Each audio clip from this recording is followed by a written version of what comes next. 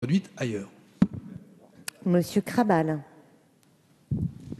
Madame la Présidente, Monsieur le Ministre, l'ascenseur social est en panne.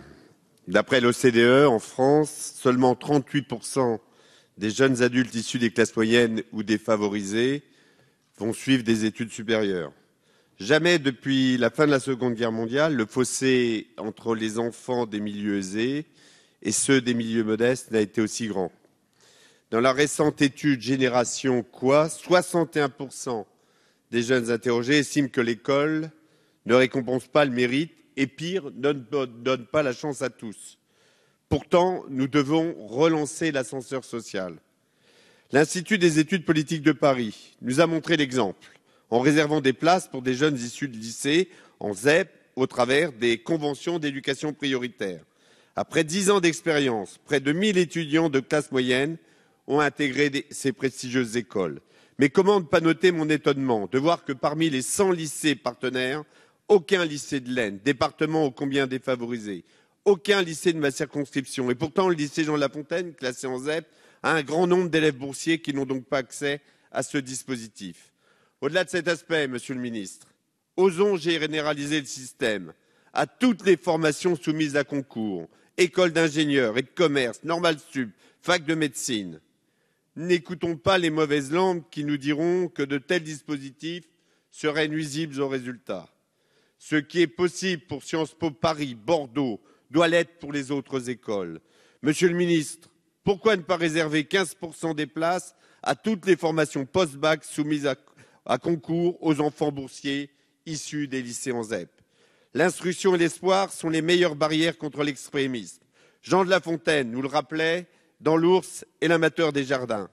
Rien n'est si dangereux qu'un ignorant ami, mieux vaudrait un sage ennemi.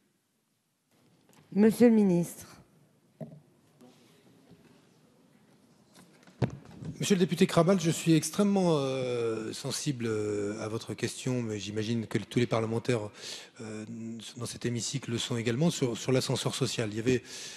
On évoque souvent la lutte contre les inégalités et je me remémore une phrase de Simone Veil qui disait que l'égalité à l'école, ce ne sera pas quand des ouvriers deviendront cadres, mais quand un fils d'ouvrier deviendra cadre, mais quand un fils de cadre choisira l'enseignement professionnel parce qu'il décide, lui, d'être ouvrier, qu'il conserve cette filière aussi noble que la filière générale et technologique. Nous avons la volonté de faire fonctionner l'ascenseur social et de le faire fonctionner en permettant aux jeunes, notamment aux jeunes boursiers et aux élèves issus des zones les plus défavorisées, de pouvoir avoir accès à l'enseignement supérieur. Et je vais en dire quelques mots. Vous reprochez aujourd'hui, je crois, vous regrettez que dans la liste des 100 lycées référents avec lesquels Sciences Po Paris a un partenariat ne figure pas de lycées de votre département. Il appartient aujourd'hui à Sciences Po de fixer cette liste-là. Je veux vous dire que pour les objectifs qui ont été assignés aux grandes écoles et qui consistent aujourd'hui à leur demander d'accueillir jusqu'à 30% d'élèves boursiers, nous sommes en train progressivement d'atteindre cet objectif de 30% d'élèves boursiers, ce qui montre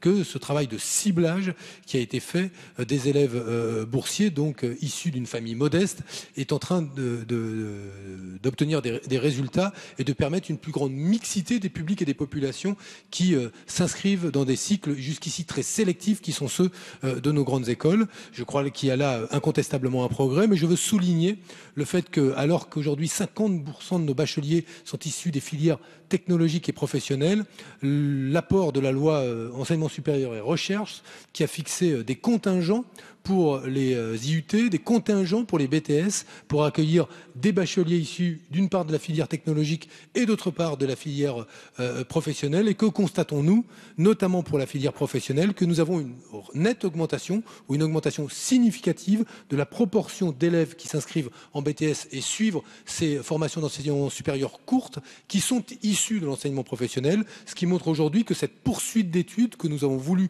dans le cadre du bac pro, notamment dans des territoires qui sont des territoires là aussi défavorisés, cette poursuite d'études est rendue beaucoup plus possible qu'elle ne l'était auparavant. Il y a là un progrès qui, je crois, va dans le sens des préoccupations qui sont les vôtres.